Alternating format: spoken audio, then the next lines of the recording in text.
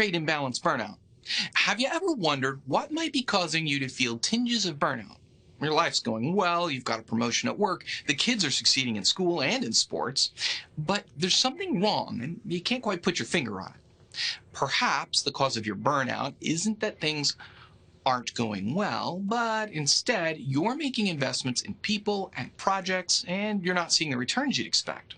Sometimes the cause of burnout can be as simple as fixing a trade imbalance. So what is a trade imbalance? Sometimes the things you do for other people generate massive value. If you're an electrician and you help a friend fix an outlet, you've generated a relatively large amount of positive value from a simple interaction. It may have only taken you 5 or 10 minutes to help solve the problem, but to your friend, the problem was either unsolvable or meant a $150 service call from an electrician. Here, there's a trade imbalance, but a positive one. It's a small amount of your effort and a large return for them. The key learning here is that the value the other person places on something you do isn't related to the effort on your part. It's about the value they get from it. All is good when you put in a little effort and the colleague or friend gets a large return. However, what happens when the tables are turned and you put a lot of effort, but the other person doesn't value it or doesn't value it in the same way? Parents may be familiar with this. When they work hard to produce a healthy and delicious meal that their children turn their noses up at. Just because the dish is more difficult to make doesn't mean a 3-year-old will value it more. The simple palates of young children are more interested in spaghetti than sushi. Here, a negative trade imbalance exists because the effort to create the meal is greater than the value everyone obtains from it. So how do we look for negative trade imbalances?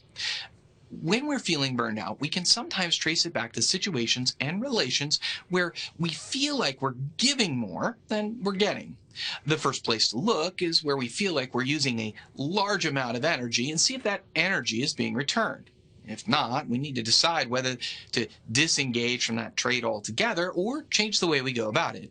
If your children don't value the meals you're putting together, perhaps you can make something simpler that they'll like just as much or more.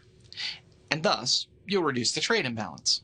The second source of trade imbalances are those places where reactions are always or nearly always negative. Even if you're not putting that much into something, to have someone constantly tell you it's not good enough is draining. If you find that other person doesn't appreciate what you're doing, then perhaps it's time to stop.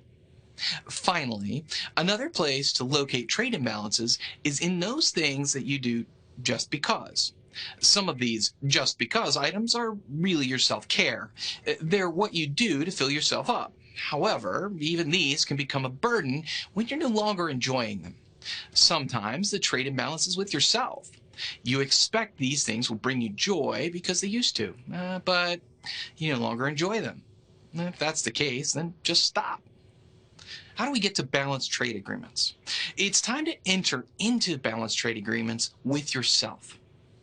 If you can't, in some, have a balanced agreement where you're getting out of things what you're putting into them, then you're putting yourself on the road to burnout. If you want to avoid the road to burnout, build more positive trade imbalances, or limit and remove the negative trade imbalances, even those with yourself.